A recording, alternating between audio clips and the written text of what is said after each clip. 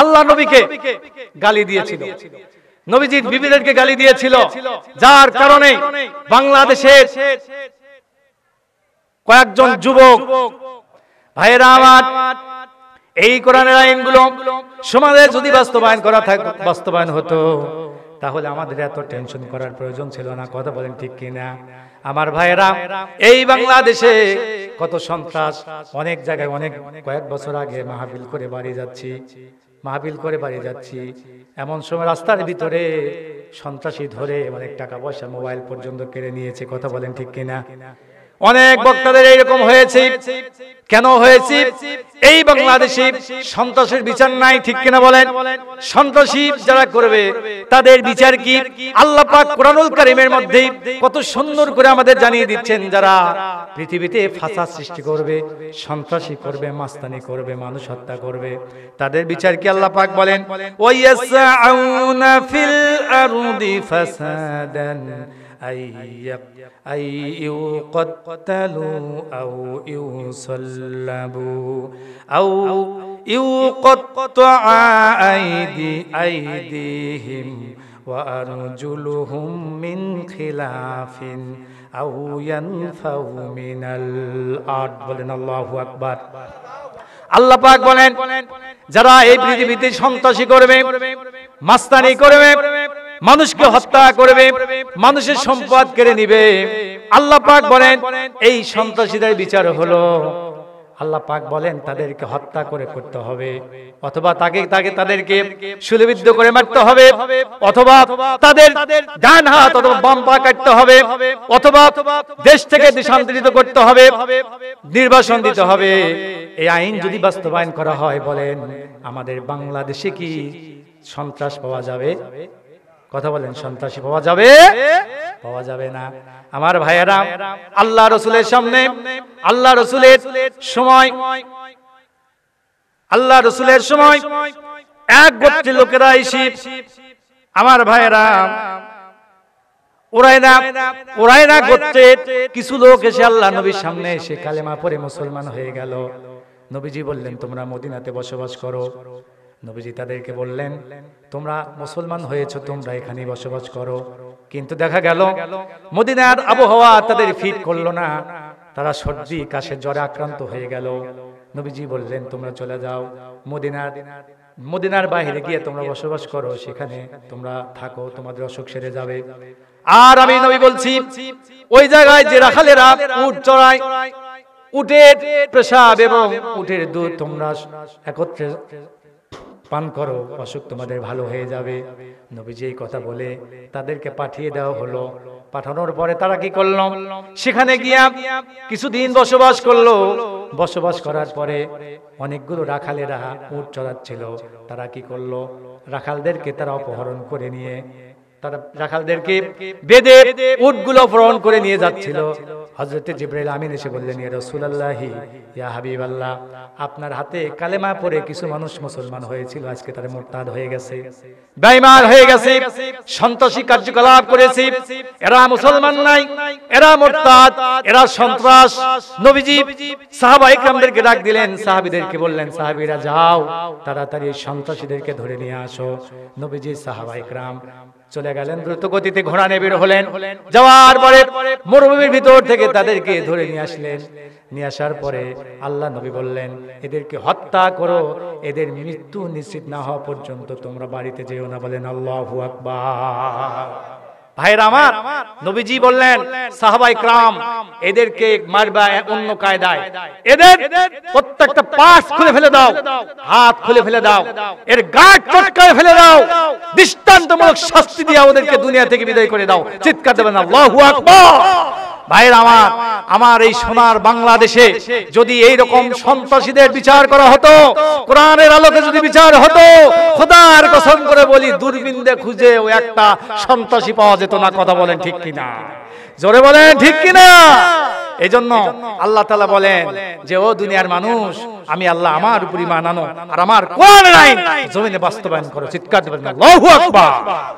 আল্লাহ তাআলা কুরআনুল কারীমের ভিতরে সেই কথা বলেছেন, ও দুনিয়ার মানুষ, তোমরা কি জাহান্নাম থেকে মুক্তি পেতে চাও? তোমরা কি আমার জান্নাত পেতে চাও?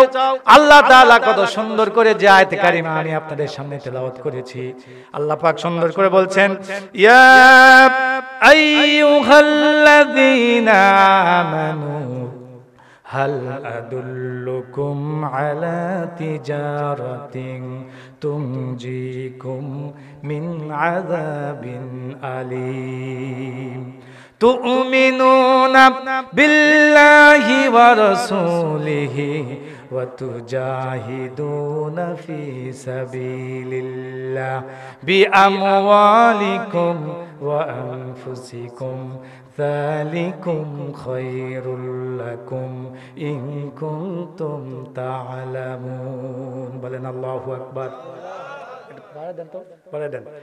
কি ভাই, আপনাদের কি কষ্ট হচ্ছে? আলোচনা করব, হ্যাঁ? আল্লাহ তাআলা, আমার কি কষ্ট হচ্ছে, তারপরও আমি বলতেছি আপনাদের। অনেকগুলো মানুষ এসেছে, আলহামদুলিল্লাহ বলেন। আমার ভাইয়েরা, আমরা কি জাহান্নাম থেকে মুক্তি পেতে চাই?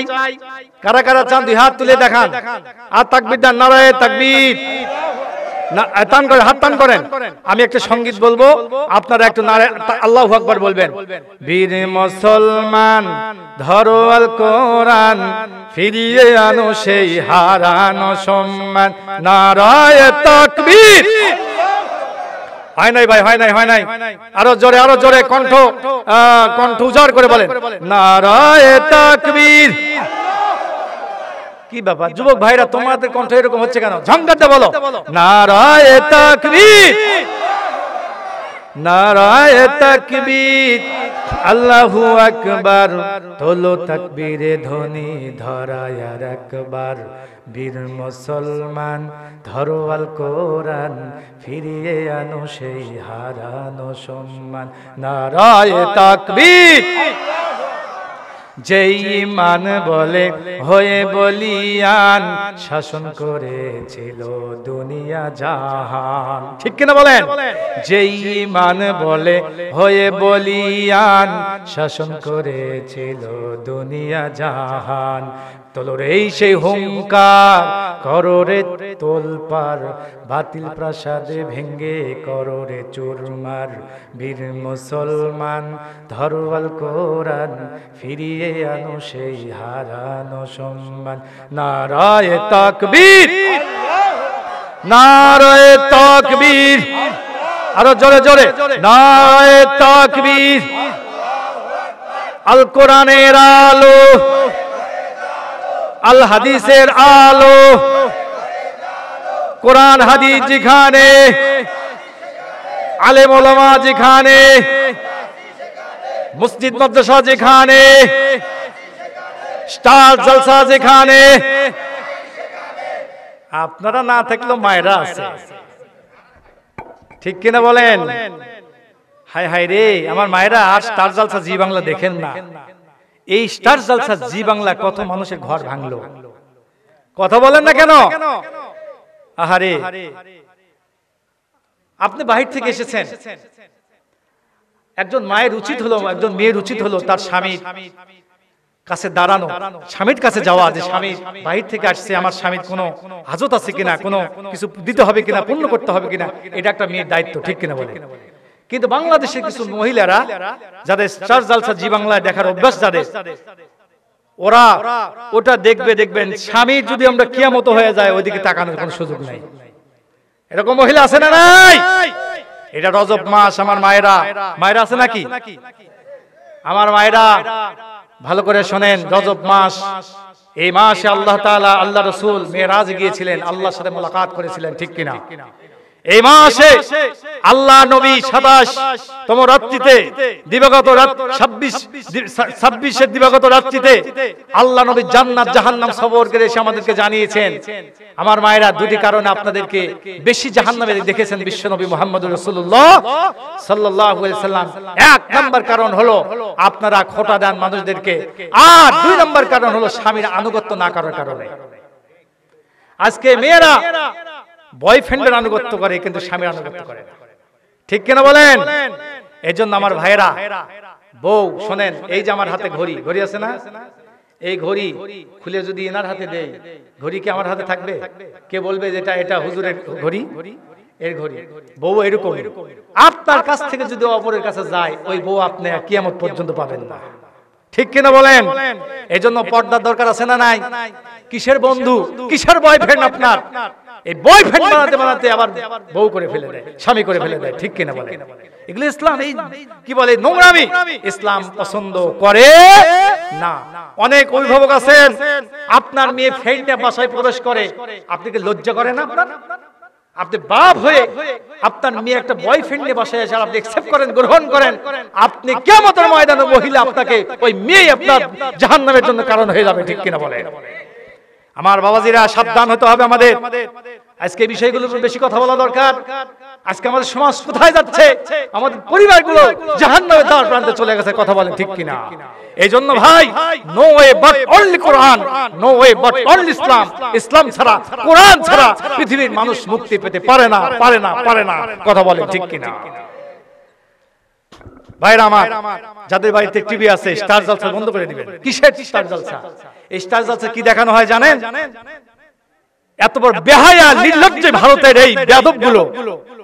ভারতে আপনারা জানেন না, ভারতে 50% মানুষ, 50% মহিলা পরকীয়া প্রেম করে বেড়ায়। নাউজুবিল্লাহ বলে। এই ভারত আজকে আমাদের মুসলমান মেয়েদেরকে কোথায় নিয়ে যাচ্ছে? যে মেয়েগুলো আজকে স্বামী নিয়ে, স্বামী কিনে আনন্দ উল্লাস করবে, স্বামীর সাথে প্রেম নিবেদন করবে, স্বামীর সাথে আনন্দ উল্লাস করবে, আর সেই সময় ভারত আমাদের মেয়েদেরকে সর্বনাশ করায়া স্বামীকে মাইনাস করে বয়ফ্রেন্ড নিয়ে ঘুরে বেড়ায়। কথা বলেন ঠিক কিনা? পরকীয়া প্রেম করছে মেয়েরা কত আছে জানেন? আজকে বর্তমান পৃথিবীতে, বর্তমান বাংলাদেশে পুরুষের চাইতে মেয়েরাই বেশি নির্যাতন করতেছে পুরুষদেরকে। ঠিক কিনা বলেন? গতকালকে আমাকে একজন ফোন দিলেন, আমার অত্যন্ত পরিচিত একজন প্রফেসর মানুষ, টাকা পয়সার অভাব নাই, সিরাজগঞ্জ শহরে তার 7 তলা বিল্ডিং হচ্ছে। ফোন দিয়ে এত কষ্ট প্রকাশ করলেন, বলছেন ভাই আমার টাকা পয়সা আছে, ধন দৌলত আছে, কিন্তু ঘরে শান্তি নাই। আমার মায়েরা, নবীজি বলেছেন পৃথিবীতে যদি সেজদা দেওয়ার জায়গা থাকতো, অনুমতি থাকতো, সকাল সন্ধ্যা মেয়েরা তার স্বামীকে সেজদা দিত। আল্লাহু আকবার বলে। আমার মায়েরা, একটু মায়ের ওয়াজ করা দরকার, করব। আমার মায়েরা, স্বামীর আনুগত্য করবেন। আজকে আমার মেয়েরা, আমার মায়েরা স্বামীর আনুগত্য করতে ভুলে গেছে, স্বামীর আনুগত্য করে না, স্বামীকে কুকুরের মতো ব্যবহার করে। এমন স্বামী, এমন মহিলা আছে না নাই? আমার মায়েরা, এইরকম আচরণ করা যাবে না। আপনি মারা যাবেন, আপনার জান্নাতে যাওয়ার সার্টিফিকেট দিবে আপনার স্বামী। নবীজি বলেন, কোন ব্যক্তি যদি বলে আমার বিবি ভালো, আল্লাহ পাক বলেন আমার বান্দি ভালো, কারণ আপনাকে সার্টিফিকেট দিবে আপনার স্বামী। এই জন্য নবীজি বলেছেন, আর ইসলাম কত সুন্দর প্রেম শিখিয়ে দিয়েছেন। নবীজি বলেন, স্বামী এবং স্ত্রী যদি বাসরাত্রিতে, যদি স্বামী এবং স্ত্রী অজু অবস্থায় যদি ঘরে ঢোকে, স্বামী যদি স্ত্রীর দিকে তাকায়, আবার স্ত্রী যদি স্বামীর দিকে তাকায়, আল্লাহ নবী বলেন চোখে চোখে লাগানোর সঙ্গে সঙ্গে আল্লাহ তাআলা জীবনের সমস্ত চোখের গুনাহগুলো মাফ করে দেয়। আমার মায়েরা, ইসলাম কত প্রেম শিখিয়ে দিয়েছে আমাদেরকে। স্বামী স্ত্রী প্রেম হবে, পিতা পুত্রের প্রেম হবে, পিতা মা মেয়ের প্রেম হবে, মা মায়ের প্রেম হবে। কিন্তু আজকে প্রেমগুলো গেছে কোথায়? আল্লাহ আমাদের বোঝার তৌফিক দান করেন, সকলে বলেন আমিন। আমার মায়েরা, আল্লাহ নবী বলেন, কোন মেয়ে যদি তার স্বামীকে ভালোবেসে আদর করে, স্বামীর মাথার পাশে বসে যদি মা আপনি যদি আপনার স্বামীর মাথায় হাত বুলিয়ে দেন, নবীজি বলেন মোহাব্বত নিয়ে ভালোবাসে যদি তোমার স্বামীর মাথায় একটু হাত বুলিয়ে দাও, আল্লাহ নবী বলেছেন তোমার হাতের ভিতরে যত চুল থাকবে ওই চুল পরিমাণ নাকি তোমার আমলনামায় লিখে দিবে। পৃথিবীতে এমন কোন ধর্ম আছে? এই অধিকার তোমাকে দিয়েছি একমাত্র শুধুমাত্র ইসলাম।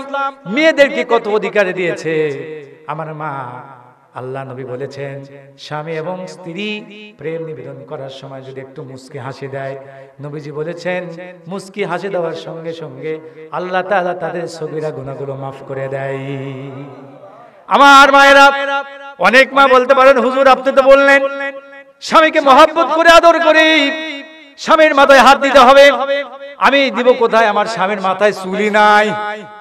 আমার স্বামী একবার ইন্টারন্যাশনাল এয়ারপোর্ট সাদা ফকফকা, আছে না নাই? বর্তমান বাংলাদেশে এরকম মাথাওয়ালা বেশি দেখা যায় বুদ্ধিজীবীদের। যারা টকশোতে আসে দেখবেন বুদ্ধি বেচা খায় এদের। এত বুদ্ধি চোটে কয় সালাম নাই। আমরা তো আগে সালাম দিছি সালাম আলাইকুম, আগে বলছি আল্লাহ হাফেজ বলি নাই, খোদা হাফেজ বলছি। এরকম বুদ্ধিজীবী আছে না নাই? আচ্ছা ভাই বলেন তো, সালাম আলাইকুম এটা কি সালাম? হ্যাঁ? আর বুদ্ধিজীবী টকশোতে এসে কয় কি? কয় যে এই যে জঙ্গিরা এটা নিয়ে আসছে, আমরা নাকি জঙ্গি। জঙ্গিরা কয় আসসালামু আলাইকুম। আচ্ছা ভাই আপনারা সালাম দেন সালাম আলাইকুম না আসসালামু আলাইকুম? তো আসসালামু আলাইকুম যদি দেন তাহলে আপনারা তো জঙ্গি হয়ে যাবে। চিন্তা করেন, ঢাকা ইউনিভার্সিটির একজন টিচার, কত বড় মাপের শিক্ষিত ব্যক্তি, কিন্তু কোরআনের শিক্ষা না থাকার কারণে সে মুক্তবের ছাত্রের যোগ্যতাও তার নাই। কথা বলেন না কেন? সে বলে আসসালামু আলাইকুম, খোদা হাফেজ। টকশোর মতো জায়গায় লক্ষ লক্ষ কোটি কোটি মানুষের সামনে এসে কথাগুলো বলতেছে। চিন্তা করে না যে আমি যে কথাটা বলতেছি এটা সঠিক কথা না মিথ্যা কথা, সেই কথাটা চিন্তা করে না। চিন্তা করেন এরকম বুদ্ধিজীবীরা যদি দেশ চালানো হয়, এই দেশ কোনোদিন স্বর্ণের দেশ হবে না, এই দেশ চোরের দেশ হবে। কথা বলে ঠিক কিনা ভাইরা আমার? মা আপনি বলতে পারেন যে হুজুর আমার স্বামীর মাথায় চুল নাই, একেবারে সাদা ফকফকা। আল্লাহ নবী কত সুন্দর কথা বলেছেন, মা তোমার স্বামীর মাথায় যদি চুল না থাকে, তোমার মাথায় যত চুল রয়েছে আল্লাহ তাআলা তোমার চুলগুলোর বিনিময়ে আল্লাহ পাক প্রত্যেক চুলের বিনিময়ে একটি করে নেকি লিখে দিবে। জোরে বলেন সুবহানাল্লাহ। আমার মায়েরা স্বামীর আনুগত্য করবেন, 5 ওয়াক্ত নামাজ পড়বেন। বিস্তারিত কথা বলার সময় নাই। আমার মায়েরা 4টি কাজ আপনারা করবেন। কয়টি কাজ? আমার মায়েরা ভালো করে শুনেন, 4টি কাজ আপনারা করবেন। নবীজির হাদিস, নবীজি বলেন মেয়েরা যদি 4টি কাজ করতে পারে, আমার মা আপনাকে জান্নাত ডেকে ডেকে কিয়ামতের ময়দানে আপনাকে ডেকে ডেকে নিবে। তার 1 নাম্বার হলো, মা আপনি 5 ওয়াক্ত নামাজ পড়বেন। কয় ওয়াক্ত? 5 ওয়াক্ত নামাজ পড়বেন। শুধু নফল নামাজ পড়লে হবে না, নফল রোজা করলে হবে না, 5 ওয়াক্ত নামাজ পড়বেন। 2 নাম্বার হলো রমজানে রোজা রাখবেন। 3 নাম্বার হলো স্বামীর আনুগত্য করবেন। 4 নাম্বার হলো পর্দায় থাকবেন। এই 4টি কাজ যদি মা করতে পারেন, আল্লাহ তাআলার 8টি জান্নাত আপনাকে ডেকে ডেকে প্রতিযোগিতা করে আপনাকে জান্নাতের মেহমান বানিয়ে দিবে। আমার ভাইয়েরা বলতেছিলাম, আল্লাহ রাব্বুল আলামিন কোরআনুল কারীমের মধ্যে সুন্দর করে বলছেন, হে ঈমানদারেরা, ইয়া আইয়ুহাল্লাযীনা আমানু, হে ঈমানদারেরা, হাল আদুল্লুকুম আলা তিজারাতিন তুনজিকুম মিন আযাবিন আলীম। তোমরা কি জাহান্নামের আগুন থেকে বাঁচতে চাও? যদি তোমরা জাহান্নামের আগুন থেকে বাঁচতে চাও, তাহলে 2টা কাজ 3টা কাজ তোমাদের করতে হবে। কয়টা কাজ? 3টা কাজ করতে হবে। আমি আপনাদের প্রশ্ন করতে চাই, ভাইরা কে কে জাহান্নামে যেতে চান? হাত তোলেন তো দেখি।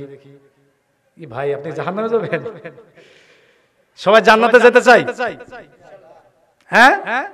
আল্লাহ তাআলা কি বলেছেন দেখেন, হাল আদুল্লুকুম, আমি কি তোমাদের এমন একটি ব্যবসার কথা বলে দিব না, যে ব্যবসা করলে তুনজিকুম মিন আযাবিন আলীম, কঠিন জাহান্নামের আগুন থেকে রক্ষা পাবে। সবাই এই কথা শুনতে রাজি আছি তো? জাহান্নাম থেকে সবাই পরিত্রাণ পেতে চাই তো? আল্লাহ তাআলা বলছেন, ইয়া আইয়ুহাল্লাযীনা আমানু, হে ঈমানদারেরা, হাল আদুল্লুকুম, আমি কি তোমাদের এমন একটি ব্যবসার কথা বলে দিব না, যে ব্যবসা করলে তুনজিকুম মিন আযাবিন আলীম, তোমরা কঠিন জাহান্নামের আগুন থেকে রক্ষা পাবে। তার 1 নম্বর হলো তুমিনুনা বিল্লাহি ওয়া রাসূলিহি। 1 নম্বর হলো আল্লাহর উপর ঈমান আনতে হবে। 2 নম্বর হলো রাসূলের উপর ঈমান আনতে হবে। 3 নম্বর হলো অতুজাহিদুনা ফি সাবিলিল্লাহ। এই 4টি কাজ যদি করতে পারো, আমি আল্লাহ তাআলা তোমাদের ইয়াগফির লাকুম যুনুবাকুম, আমি আল্লাহ তোমাদের সমস্ত জীবনের গুনাহগুলো maaf করে দিয়া জান্নাতের মেহমান বানিয়ে দেব। জোরে বলি সুবহানাল্লাহ। 1 নম্বর গুণ, 1 নম্বর হলো ঈমান আনতে হবে কার উপরে? জোরে বলেন কার উপরে? আল্লাহর উপরে। আমাদের ঈমান আছে তো? আছে? আমার তো মনে হয় যে আমাদের বইয়ের উপরে যে বিশ্বাস আছে, আমাদের আল্লাহর উপরে সে বিশ্বাস নাই। আপনাদের কি মত? একমত না দ্বিমত? দ্বিমত। আচ্ছা ঠিক আছে, তাহলে সামনে আগাবো। আচ্ছা, আমরা আল্লাহকে গ্রহণ করেছি একটা কালেমা পড়ে, আল্লাহকে গ্রহণ করেছি একটা কালেমা পড়ে। সেই কালেমার নাম কি? লা ইলাহা ইল্লাল্লাহু মুহাম্মাদুর রাসূলুল্লাহ। এই কালেমা পড়ে আমরা আল্লাহকে কি করেছি? গ্রহণ করেছি। এরপরে আমরা বিবি গ্রহণ করেছি, বিবাহ করেছি একটা কালেমা পড়ে। সেই কালেমার নাম কি? কবুল। সেই কালেমার নাম কি? কবুল। দেখবেন বিয়েতে বলা হয় 5 লক্ষ টাকা দেন মোহর ধার্য করিয়া নগদে গহনার দ্বারা নাকের ফুল বাবদ 500 টাকা বুঝিয়া পায়া অবশিষ্ট টাকা কিয়ামত পর্যন্ত ফাঁকি দেওয়ার নিয়তে বাকি রাখিয়া অমুকের পুত্র অমুক তোমাকে বিয়ের প্রস্তাব দিছে, তুমি বলো কবুল। ঠিক কিনা বলেন? এই যে আপনি কবুল করলেন, আপনি কবুল করে, কবুল বলে একটা মেয়েকে হালাল করে নিলেন, বিবাহ করলেন, কবুল করে।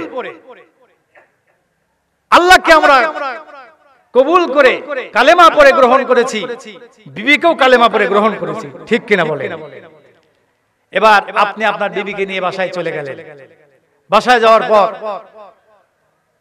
বিবিকে ঘরে রেখে আপনি বিবির কোন চাহিদা পূরণ করলেন না, বিবির কোন চাওয়া পাওয়া আপনি গ্রহণ অ্যাকসেপ্ট করলেন না, আপনি তাকে দিলেন না, কাপড় দিলেন না, ভাত দিলেন না, তাকে কিচ্ছু দিলেন না, কোনো খোঁজ খবর নিলেন না। বলেন আপনার বিবি কি আপনার বাড়িতে থাকবে? জোরে বলেন থাকবে? কি করবে? তালাক দিবে। কি করবে? তালাক দিবে। আমার ভাইরা দেখবেন অনেক সময় আমার আমাদের বিবিরা লিস্ট ধরে দেয়। হাটে যাওয়ার সময় মৌখরা বাজারে যাবেন, বিশাল বড় লিস্ট দিচ্ছে, 7 দিন পর বাজারে যাই এই নিয়ে আসবা। হঠাৎ করে মনে যদি 2-1টা জিনিস মানে বাদ পড়ে যায়, মনে যদি না থাকে, বাড়িতে আসলে দেখবেন তুফান শুরু হয়ে যায়। ঠিক কিনা বলেন? আমার ভাইরা বকাবকি শুরু করে দেয়। তবে মেয়েদের এগুলো বকাবকি শোনাও হলো সুন্নত। সুবহানাল্লাহ বলেন, এটাও সুন্নত। আচ্ছা বলেন তো, বউকে দেখে ভয় পান কারা কারা? দেখে হাত তোলেন তো দেখি। বউকে দেখে ভয় পান না? আমি ভয় পাই। বউকে দেখে আমি একটা ট্রেনিং এ গিয়েছিলাম। আমার এক স্যার বলতেছেন, আচ্ছা বলেন তো দেখি, সব টিচার, সবাই টিচার। স্যার বলতেছে, ট্রেনার বলতেছে, আচ্ছা বউকে দেখে ভয় পান কারা কারা? হাত তোলেন। তা আমরা হাত তুলতেছি না, বউকে দেখে ভয় পায়, এটা কেমন প্রশ্ন? তো বলতেছে, স্যার বলতেছে, যারা বউকে দেখে ভয় পায় না তারা হলো অভদ্র। তারা কি? অভদ্র। কারণ বউ যখন বকাবকি করবে ওর মধ্যে মজা আছে না নাই? জোরে বলেন আছে না নাই? কিন্তু আমাদের মেয়েরা মায়েরা যে বকাবকি করে, ওরে বাপরে বাপ, ও শুনলে শয়তান দৌড় দিবে। ঠিক কিনা বলেন? কারণ মেয়েদেরও একটু স্বামীকে অধিকার নিয়ে কথা বলবে, একটু রস নিয়ে কথা বলবে, এটার মধ্যে ভালোবাসা পয়দা হয়। ঠিক কিনা বলেন? কিন্তু অতিরঞ্জিত করা যাবে? জোরে বলেন যাবে? যাবে। আমার ভাইয়েরা, আল্লাহ তাআলা আমাদেরকে দুনিয়াতে প্রেরণ করেছেন কবুল বলে। বউ গ্রহণ করেছিলাম, বউয়ের চাহিদা যদি আমরা পূরণ না করতে পারি তাহলে বউ আমাদের থাকে না। তেমনি আল্লাহ তাআলা আমাদেরকে দুনিয়াতে প্রেরণ করেছেন। আল্লাহ তাআলা আমাদের দুনিয়াতে পাঠিয়েছে তার ইবাদত করার জন্য। ঠিক কিনা বলেন? আজকে আমাদের মসজিদ থেকে মুয়াজ্জিন আযান দেয়, হাইয়া আলাস সালাহ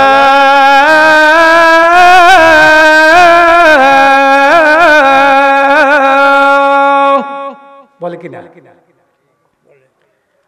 মুয়াজ্জিন কি বলে? আসো সালাতের দিকে, আসো নামাজের দিকে। ঠিক কিনা বলেন? জোরে বলেন ঠিক কিনা? কিন্তু আমরা কি করি? মুয়াজ্জিনকে বুড়ো আঙ্গুল দেখাই। মুয়াজ্জিনকে বুড়ো আঙ্গুল দেখায়। মুয়াজ্জিনকে বুড়ো আঙ্গুল দেখায় না, মূলত কাকে বুড়ো আঙ্গুল দেখায়? জোরে বলেন কাকে? আমার ভাইয়েরা, একের পর এক আল্লাহর বিধানগুলো ছেড়ে দিচ্ছি, নামাজ পড়তেছি না, রমজানে রোজা রাখতেছি না, সম্পদ আছে হজ করি না। এরকম সম্পদশালী ব্যক্তি আছে না নাই? এরপরে যাকাত আমার উপর ফরজ হয়েছে, যাকাত দেই না। এই কাজগুলো যদি কোনো মুসলমান আল্লাহকে কবুল করার পরে, গ্রহণ করার পরে যদি না করে, বলেন বউ যেমন তালাক দিয়ে চলে যাবে, আল্লাহ পাক ওই ব্যক্তিকেও তালাক দিয়ে চলে যাবে। কথা বলেন ঠিক কিনা?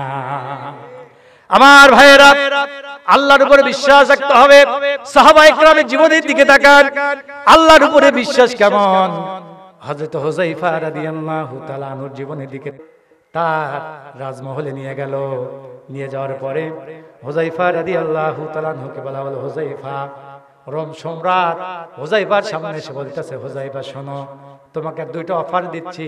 এক নাম্বার হলো, তুমি যে মুসলমান হয়েছো, যে মুহাম্মাদের কালেমা পড়েছো, আল্লাহর উপরে ঈমান এনেছো, ইসলামের উপরে তুমি অটল থেকেছো, তুমি যদি ইসলাম ছেড়ে দাও, কোরআন ছেড়ে দাও, তাহলে তোমাকে আমি যে রাজ্য পরিচালনা করছি, এই রাজ্যের অর্ধেক অংশ তোমাকে লিখে দেওয়া হবে। হুযায়ফা রাদিয়াল্লাহু তাআলা আনহু বললেন, এই অর্ধেক রাজ্য কেন? তাম দুনিয়া যদি আমাকে দিয়ে দাও, আল্লাহর উপরে, রাসূলের উপরে যে ঈমান এনেছি, এই পথ থেকে এক চুল পরিমাণ সরার কোনো সুযোগ নাই। দুই নম্বর অফার হলো, হুযায়ফা, তুমি যদি ইসলাম ছেড়ে দাও, ঈমান ছেড়ে দাও, কালেমা ছেড়ে দাও, তাহলে শুনে রাখো, আমি আমার একমাত্র কন্যা সন্তান অনেক সুন্দর করে আমি আমার সন্তানকে তিলে তিলে বড় করেছি। আমার সন্তান হাজারো মেয়েদের ভিতরে একটা সন্তান, হাজারো মানুষের ভিতরে ছেড়ে দিলে আমার মেয়ের মতো সুন্দরী মেয়ে খুবই কমই দেখা যাবে। আমি আমার কলিজার টুকরা মেয়েকে তোমাকে দিয়ে দিব, বিবাহ দিয়ে দিব, সুখে শান্তিতে সারা জীবন তুমি বসবাস করতে পারবে, নেতৃত্ব দিতে পারবে, বড় বড় চেয়ারে তুমি বসতে পারবে, হাজার হাজার মানুষ তোমাকে সম্মান করবে, ওয়েলকাম জানাবে। হযরত হুযায়ফা রাদিয়াল্লাহু তাআলা বললেন, तमाम দুনিয়া যদি আমার হাতে উঠে দাও, আল্লাহ নবী এবং আল্লাহর উপর ঈমান এনেছি, এক চুল পরিমাণ সেখান থেকে আমি সরব না। এই কথা যখন বলা হলো, সাহাবায়ে কেরামের ভিতর থেকে একজন সাহাবীকে নিয়ে আসা হলো। হুযায়ফাকে বলা, হুযায়ফা, দেখো তোমার সঙ্গী সাথীদেরকে আমি কেমনে দুনিয়া থেকে বিদায় করে দেই। ডেকসি আগুনের উপরে দেওয়া হলো, আগুনের ভিতরে ডেকসির মধ্যে গরম তেল দেওয়া হলো, তেলটা গরম করা হলো। গরম করার পরে আল্লাহ নবীর একজন সাহাবীকে যখন ডেকসির ওই তেলের মধ্যে দেওয়া হলো, দেওয়ার সঙ্গে সঙ্গে আল্লাহ নবীর সাহাবী বেগুনের মতো, পোড়া বেগুনের মতো হয়ে গেল, বেগুনের মতো হয়ে গেল। হযরত হুযায়ফার সামনে আল্লাহ নবীর একজন সাহাবীকে দুনিয়া থেকে বিদায় করে দিল।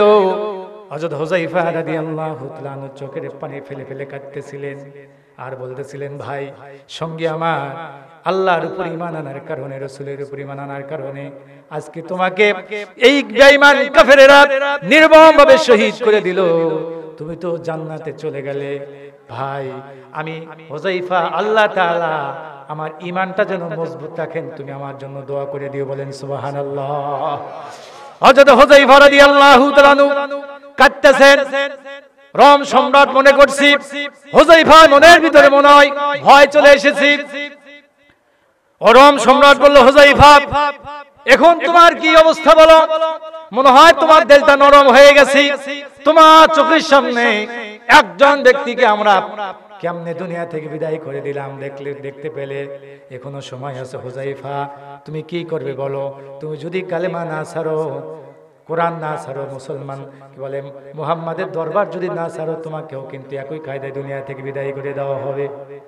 হযরত হুযায়ফা রাদিয়াল্লাহু তাআলা আনহু রোম সম্রাটকে লক্ষ্য করে বললেন, রোম সম্রাট, তোমাকে আল্লাহ তাআলা ক্ষমতা দিয়েছেন, ক্ষণিকের ক্ষমতা। এমন একটা দিন আসবে, আল্লাহ নবীর সাহাবায়ে কিরাম তোমার গলায় রশি দিয়ে কুকুরের মতো তোমাকে টেনে টেনে সারা জমিনের মধ্যে ঘোরানো হবে। আল্লাহু আকবার বলেন। হযরত হুযায়ফাকে বলা হলো, হুযায়ফা, কালেমা ছাড়বে না? বলে, না, ছাড়ব না। রোম সম্রাট বলল, হুযায়ফা, রোম সম্রাট দেখেন মানুষের ঈমান কিভাবে শয়তান নষ্ট করে। শয়তান মানুষের রূপ ধারণ করে রোম সম্রাটের কাছে চলে আসলে মানুষের রূপ ধারণ করে এসে বলতেছে, রোম সম্রাট শোনো, এইভাবে হুযায়ফাকে তুমি তার ঈমান নষ্ট করতে পারবে না। তুমি তাকে বলো, তোমার ভয়ে যদি তোমার কপালে যদি একটা চুমো দেয়, তাহলে তুমি তাকে ছেড়ে দিবে, এই অফার তাকে দিয়ে দাও। হুযায়ফা রাদিয়াল্লাহু তাআলা আনহুকে বলা হলো, হুযায়ফা তুমি যদি এই মুহূর্তে আমার কপালে একটা চুমু দাও তাহলে তোমাকে আমি পরিত্রাণ দিয়ে দেব, তোমাকে ছেড়ে দিব। হুযায়ফা বললেন, আমাকে শুধু দিবা না, আমার সঙ্গী সাথীদেরকেও দিবা। হুযায়ফাকে বলা হলো, তুমি যদি এই মুহূর্তে আমার কপালে চুমু দাও তাহলে তোমার সঙ্গী সাথীদেরকেও ছেড়ে দেওয়া হবে, তোমাকেও আমি ছেড়ে দিব। হযরত হুযায়ফা রাদিয়াল্লাহু তাআলা কি করলেন দেখেন। হুযায়ফা রাদিয়াল্লাহু তাআলা ডান হাতটা রোম সম্রাটের কপালের উপরে রাখলেন। কপালের উপরে রাখার সঙ্গে সঙ্গে হুযায়ফা রাদিয়াল্লাহু তাআলা তার হাতের উপরে চুমু দিলেন। বলেন সুবহানাল্লাহ। তিনি হিকমত অবলম্বন করলেন, কৌশল অবলম্বন করলেন। চুমু দেওয়ার সাথে সাথে রোম সম্রাট তাকে ছেড়ে দিল। সঙ্গী সাথীদের নিয়ে মদিনাতে যখন চলে গেল, মদিনা শাসন করতেছিলেন হযরত ওমর ফারুক রাদিয়াল্লাহু তাআলা আনহু। হযরত ওমর রাদিয়াল্লাহু তাআলা আনহু যখন এই সংবাদ শুনতে পেল, ওমর রাদিয়াল্লাহু তাআলা আনহু মদিনার সমস্ত মানুষদেরকে লক্ষ্য করে বললেন, আল্লাহ নবী সাহাবীদেরকে লক্ষ্য করে বললেন, ও নবী সাহাবীরা, তাড়াতাড়ি কে কোথায় আছো ছুটে আসো, তোমাদের ভাই হুযায়ফার কপালে চুমু দাও, তাকে ধন্য করে দাও। কারণ এমন একটি কৌশল অবলম্বন করেছে, এমন একটি হিকমত অবলম্বন করে কাফেরদের হাত থেকে অনেকগুলো প্রাণ তিনি বাঁচিয়ে নিয়ে এসেছে। জোরে বলেন সুবহানাল্লাহ। আমার ভাইয়েরা, আল্লাহর উপর ঈমান আনতে হবে। এইরকম ঈমান যদি আপনার আমার থাকে, ইসলামের উপরে, কোরআনের উপরে, দ্বীনের উপরে যদি এইরকম আমাদের বিশ্বাস থাকে, আল্লাহ রাব্বুল আলামিন বলেন, তোমরা যদি ইসলামের উপরে অটল থাকো, অবিচল থাকো, তোমাদের পুরস্কার কি হবে? ইন্নাল্লাযীনা ক্বালু রাব্বুনাল্লাহু সুম্মা ইসতাকামু তাতানাজ্জালু আলাইহিমুল মালাইকা আল্লা তাখাফু ওয়া লা তাহজানু ওয়া আবশিরু বিল জান্নাতিল্লাতী কুনতুম তুআদুন। বলেন আল্লাহু আকবার। আরো জোরে বলেন আল্লাহু আকবার। মাইকের আওয়াজ কি আপনি শুনতে পাচ্ছেন?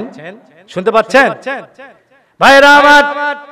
আল্লাহ পাক বলেন, ইন্নাল্লাযীনা, নিশ্চয় যারা, ক্বালু বলবে আমাদের রব আল্লাহ, রব্বুনাল্লাহ, আমাদের রব কে? জোরে বলেন, জবান খুলে বলেন, আমাদের রব কে?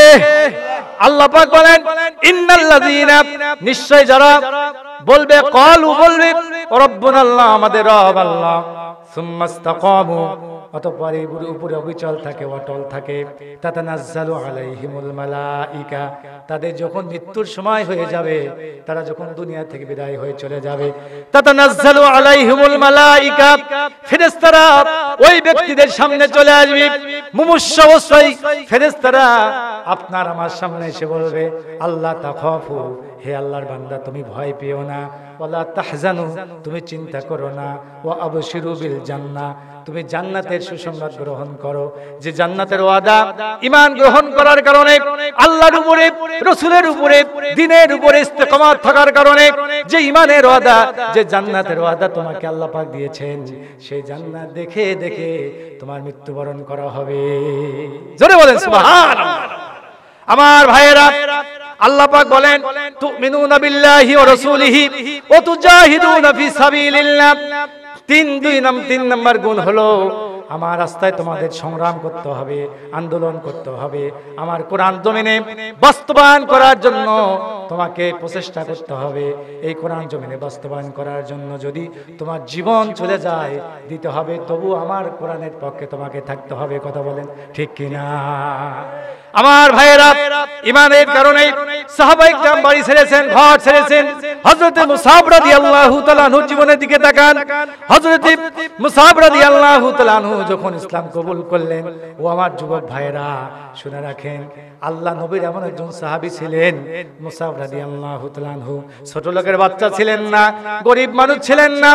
কিতাবের ভিতরে এসেছে আমার ভাইয়েরা, হযরত মুসাব রাদিয়াল্লাহু তাআলা আনহু যে জামা একবার ব্যবহার করতেন, দুইবার আর ব্যবহার করতেন না। যে জামা একদিন ব্যবহার করতেন, দ্বিতীয় দিন ওই জামার ব্যবহার করতেন না। যে সেন্ট একবার ব্যবহার করতেন, দ্বিতীয়বার ওই সেন্ট ব্যবহার করতেন না। যে রাস্তা দিয়া মুসাব রাদিয়াল্লাহু তাআলা আনহু যাইতেন, মানুষ মনে করতো এই রাস্তা দিয়া মুসাব ছাড়া কেউ যায় নাই, এত দামি সুগন্ধি কেউ ব্যবহার করে নাই। সেই মুসাব রাদিয়াল্লাহু তাআলা আনহু যখন ইসলাম গ্রহণ করলেন, ইসলাম গ্রহণ করার কারণে সে যখন বাসায় চলে গেল, তার জনম দুঃখিনী মা বলল, মুসাব শুনতে পেলাম তুমি নাকি মুহাম্মাদের কালেমা পড়ে মুসলমান হয়েছো। মুসাব রাদিয়াল্লাহু তাআলা বললেন, মা আমি আল্লাহ রাসূলের হাত ধরে কালেমা পড়ে মুসলমান হয়েছি। মা তুমি যদি জাহান্নাম থেকে মুক্তি পেতে চাও তাড়াতাড়ি চলো আখেরি নবী মুহাম্মাদের দরবারে গিয়ে কালেমা পড়ে মুসলমান হয়ে যাও। বলেন সুবহানাল্লাহ। আমার ভাইয়েরা, মুসাব রাদিয়াল্লাহু তাআলা আনহু যখন মায়ের সামনে কথা বলল, তার মা বলল, ইসলাম গ্রহণ করার কারণে তোমাকে বাড়ি ছাড়তে হবে, ঘর ছাড়তে হবে, এক ফোঁটা সম্পদ তোমাকে আমি দিব না, এমনকি আমি জনম দুঃখিনী মা, আমাকেও তুমি ডাকতে পারবে না।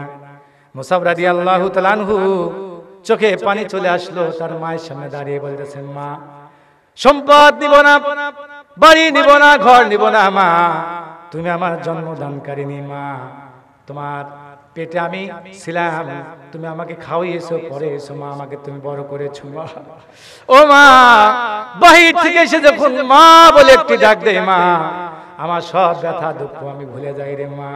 তুমি যেমন দুঃখিনী মা, তুমি আমাকে ইসলাম গ্রহণ করার কারণে তুমি আমাকে ডাকতে মানা করেছো রে মা। ও মা শুনে রাখো, আমি তোমাকে তোমার সামনে প্রমিস করলাম, ইসলাম গ্রহণ করার কারণে যদি অপরাধ করে থাকি মা, তুমি যদি তোমাকে না ডাকতে দাও আমি তোমাকে ডাকবো না, তবু আল্লাহর নবীর দরবার আমি ছাড়বো না।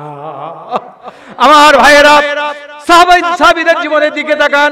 হযরত মুসাব রাদিয়াল্লাহু তাআলা আনহু বাড়ি ছাড়লেন, ঘর ছাড়লেন, সম্পদ ছাড়লেন, সবকিছু ছেড়ে মদিনাতে চলে গেলেন।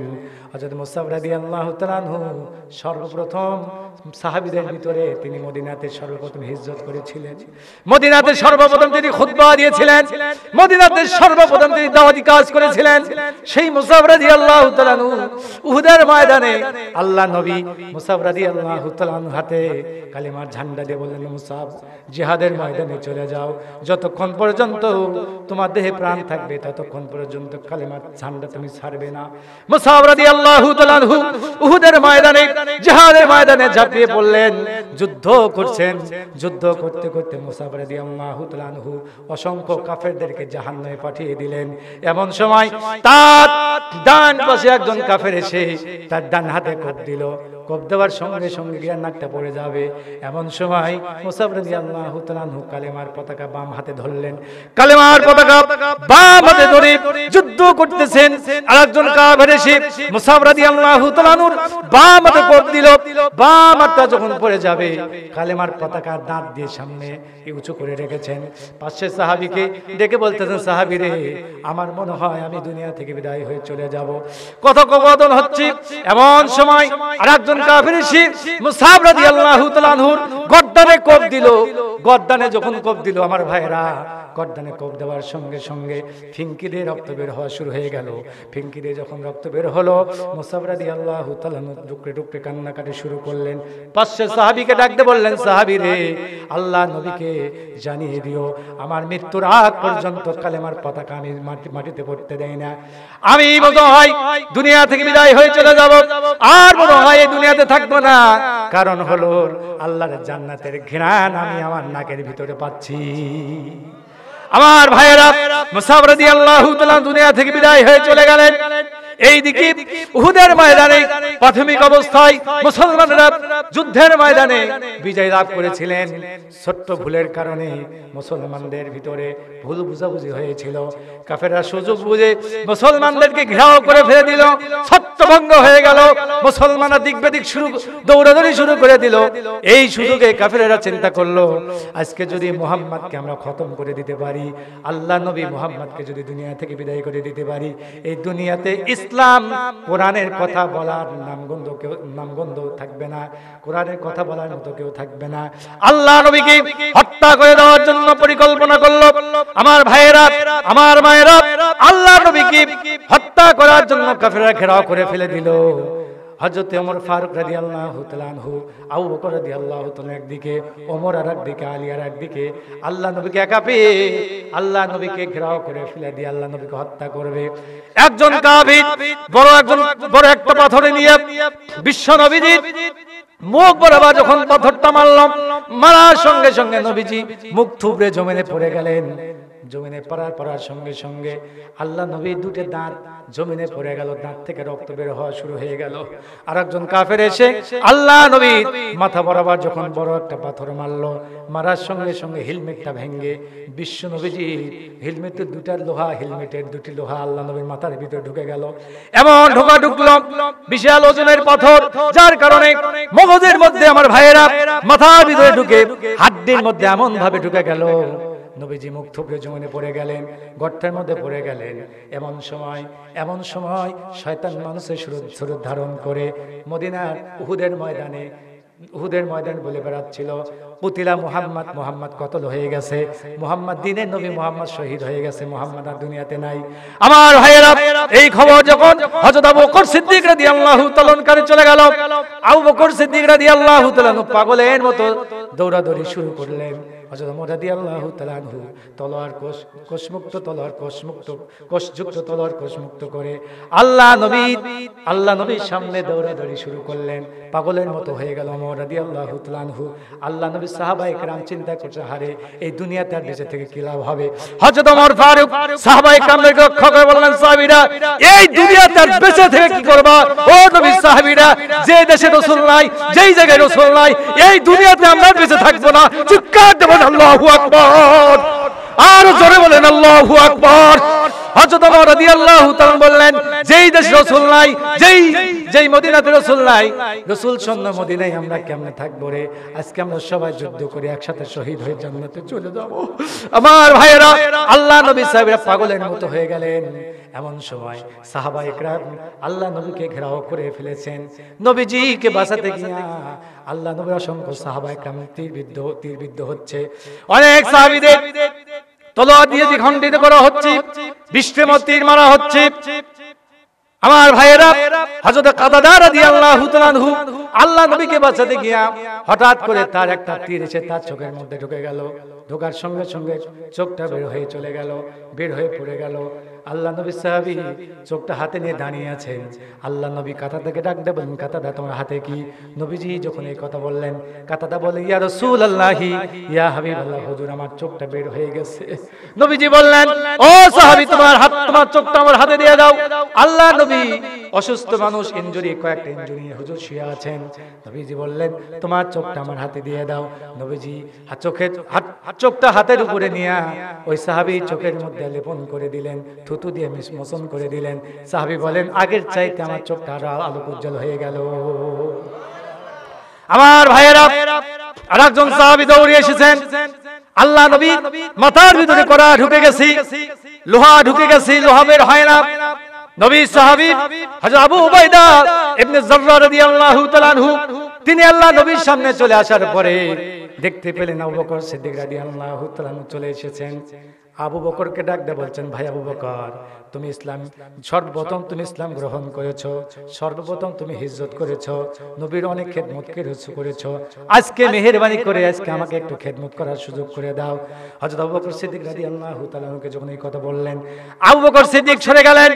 হযরত আবু উবাইদা ইবনে জাররাহ রাদিয়াল্লাহু তাআলা আনহু, তিনি গিয়ে আল্লাহ নবীর ওই হেলমেটের লোহার ভিতরে কামড় দিলেন। কামড় দিয়ে চিন্তা করলেন, আমি নড়াচড়া করে যদি বের করি নবীজি কষ্ট পাবেন, যা হয় হবে। এমন জোরে টান মারলো, টান মারার সঙ্গে সঙ্গে লোহা বের হয়ে আসলো। বের হয়ে আসার সঙ্গে সঙ্গে সাহাবী দাঁতও দুনিয়া থেকে বিদায় হয়ে চলে গেল, মুখ থেকে পড়ে গেল। আর একটা লোহা তিনি টান মারলেন, আর একটা দাঁত পড়ে গেল, লোহা বের হয়ে গেল, ফিঙ্কিতে রক্ত বের হচ্ছে, জমিনে রক্ত পড়ে যাচ্ছে। আল্লাহ নবীর মাথা থেকে পা পর্যন্ত রক্তে রঞ্জিত হয়ে গেল। আরেকজন সাহাবী এসে আল্লাহ নবীর গায়ের রক্তগুলো চেটে চেটে পেটে ধারণ করতেছিলেন। জমিনে যে সকল রক্ত পড়েছিল, রক্তগুলো চুষে চুষে খাচ্ছিল। নবীজি এই দৃশ্য দেখলেন। দেখার পরে সাহাবীকে বললেন, ও সাহাবী, শুনে রাখো, তুমি কেন রক্ত পান করছো? নবীজি যখন এই কথা বললেন, সাহাবী বলেন, ইয়া রাসূলুল্লাহ, ইয়া হাবিবাল্লাহ, আপনি বিশ্ব নবী, আপনাকে আমরা কলিজার চেয়ে বেশি ভালোবাসি, আমাদের জীবনের চাইতে আপনাকে বেশি ভালোবাসি। আপনার রক্ত জমিনে পড়ে থাকবে, আপনি রক্তমাখা হয়ে থাকবেন, এটা তো হতে পারে না। নবীজি বললেন, সাহাবী, তুই আমার রক্ত ধারণ করা তো করলি, শুনে রাখ, তোর জন্য আল্লাহ জাহান্নামের আগুন হারাম করে নিলি। আমার ভাইয়েরা, চতুর্দিকে রব উঠে গেল, মুহাম্মদ কতল হয়ে গেছে। মদিনাতে যখন এই সংবাদ চলে গেল, আমার কিতাবের মধ্যে এসেছে, মদিনার একজন মহিলা, আমার মায়েরা ভালো করে শোনেন, মদিনাতে একজন মহিলা ছুটে দৌড়িয়ে মদিনার কি বলে উহুদের ময়দানের দিকে দৌড় দিল। প্রতিমধ্যে একজনের সঙ্গে দেখা হয়ে গেল। সে বলল, মহিলা কোথায় যাও? মহিলা বলছে, শুনতে পেলাম উহুদের ময়দানে নাকি আল্লাহ নবী শহীদ হয়ে গেছে। এই কথা বলার সঙ্গে সঙ্গে ওই ব্যক্তি বলতেছি, শোনো, তোমার বড় সন্তান উহুদের ময়দানে শহীদ হয়ে গেছে, খবরটা কি জানো? মহিলা বলল, ইন্না লিল্লাহ, আর আমাকে জানায়ও না, আমাকে তাড়াতাড়ি বলো দ্বীনের নবী মুহাম্মদ কেমন আছে। আমার ভাইরা, কেমন ইশক, কেমন মুহাব্বত সাহাবায়ে کرام করেছেন। আর আমাদের নবীকে গালি দেওয়া হয়, নবীকে নিয়ে ব্যঙ্গ করা হয়, নবীকে নিয়ে কটূক্তি করা হয়। বাংলার যুবকেরা রাস্তায় নামে না, কথা বলেন ঠিক কিনা? ও যুবক ভাইরা, আল্লাহ নবীকে যারা ব্যঙ্গ করবে, আল্লাহ নবীকে নিয়ে যারা ব্যঙ্গ করবে, নবীকে নিয়ে যারা কটূক্তি করবে, তাদের এই দুনিয়াতে বেঁচে থাকার কোনো অধিকার নাই, কথা বলেন ঠিক কিনা? আল্লাহ নবীকে গালি দিয়েছিল, নবীজির বিবিদেরকে গালি দিয়েছিল, যার কারণে বাংলাদেশের কয়েকজন যুবক ওই কুলাঙ্গারকে, জাহান্নামের কীটকে হত্যা করে দুনিয়া থেকে বিদায় করে দিয়েছিল, কথা বলেন ঠিক কিনা? কয়েকদিন আগে তার রায় হয়েছে, বাংলাদেশের একজন বিচারপতি নিম্ন আদালত রায় দিয়েছে, যারা নবীর দুশমনকে হত্যা করেছিল তাদেরকে ফাঁসির রায় দিয়েছে। আমার ভাইয়েরা, আল্লাহ নবীর দুশমনকে যারা হত্যা করেছে তাদের যে ফাঁসি দিয়েছে, কিয়ামতের ময়দানে আল্লাহর আদালতে ওকে ফাঁসির কাজ করে দাঁড়াতে হবে, কথা বলেন ঠিক কিনা? আল্লাহ নবীকে যারা গালি দিবে, নবীকে নিয়ে কটূক্তি করবে, নবীকে নিয়ে গালমন্দ করবে, এই দুনিয়াতে তার বেঁচে থাকার কোনো অধিকার নাই। আমার ভাইয়েরা, হযরত ওমর রাদিয়াল্লাহু তাআলা আনহু নবীজি বললেন, ওমর, তুমি আমাকে কেমন ভালোবাসো? ওমর ফারুক বলছে, হুজুর, আমি আমার জীবন, আমি আমার সম্পদের চেয়ে, ছেলে মেয়ে, আমার ঘর বাড়ি সবার চেয়ে আপনাকে বেশি ভালোবাসি, তবে জীবনের চেয়ে বেশি ভালোবাসি না। নবীজি বললেন, ওমর, তোমার ঈমান পরিপক্ত হয় নাই। কিছুক্ষণ এসে বলছে, চিন্তা করে বলছে, আচ্ছা, আমি যে এই কথা বললাম, যে দেশে রাসূলই যদি না থাকে আমার জীবনটা আমি কি করব? নবীর সামনে এসে বলতে, নবীজি, খোদার কসম করে বলি, আমি ওমর আমার জীবনের চাইতে আপনি নবী আমাকে আপনাকে বেশি ভালোবাসি। নবীজি বলছেন, ওমর, এবার তোমার ঈমান পরিপক্ত হলো। আল্লাহু আকবার। ও যুবক ভাইরা, তোমরা বসে থাকতে, তোমাদের রক্ত গরম থাকতে নবীর দুশমন এই দেশে আল্লাহ নবীকে গালি দিবে, তোমরা কি বসে থাকবে? কথা বলে বসে থাকবে? বসে থাকা যাবে না। আমরা আন্দোলন করব। এই মাহফিল থেকে আমরা বাংলাদেশ সরকারকে মেসেজ দিতে চাই, দাবি জানাতে চাই, আল্লাহ নবীকে যারা গালি দিবে, নবীকে যারা ছোট করবে, নবীকে শান মান যারা খাটো করবে, তাদের সর্বোচ্চ শাস্তি মৃত্যুদণ্ড দিতে হবে, কথা বলেন ঠিক কিনা? যারা আমার সাথে একমত পোষণ করছেন, হাত তুলে আল্লাহকে দেখান।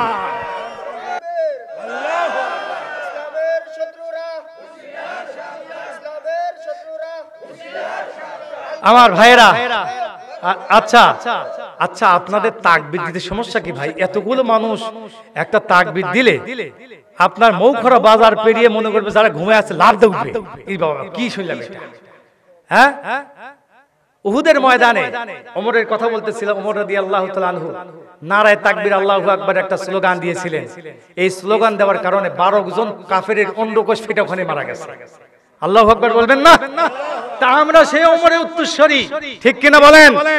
তা আমরা একটু একটু তাকবীর দিতে চাই, শয়তানকে তাড়াই একেবারে কি নদী আছে নারদ নদী পার করে একবারে টেকনাফ পাঠাতে চাই। রাজি আছেন সবাই? মুসলমান তাকবীর দিবে, নারায়ে তাকবীর আল্লাহু আকবার, আল্লাহ মহান, আল্লাহর চেয়ে বড় কেউ আছে নাকি? এই মুখ দিয়ে কথা বলতে পারেন না কেন? যে ব্যক্তি যত বড় বেশি আল্লাহু আকবার বলবে, জিকির করবে, তাকবীর দিবে, তার হাত তরতাজা হবে, হায়াত দীর্ঘ হবে।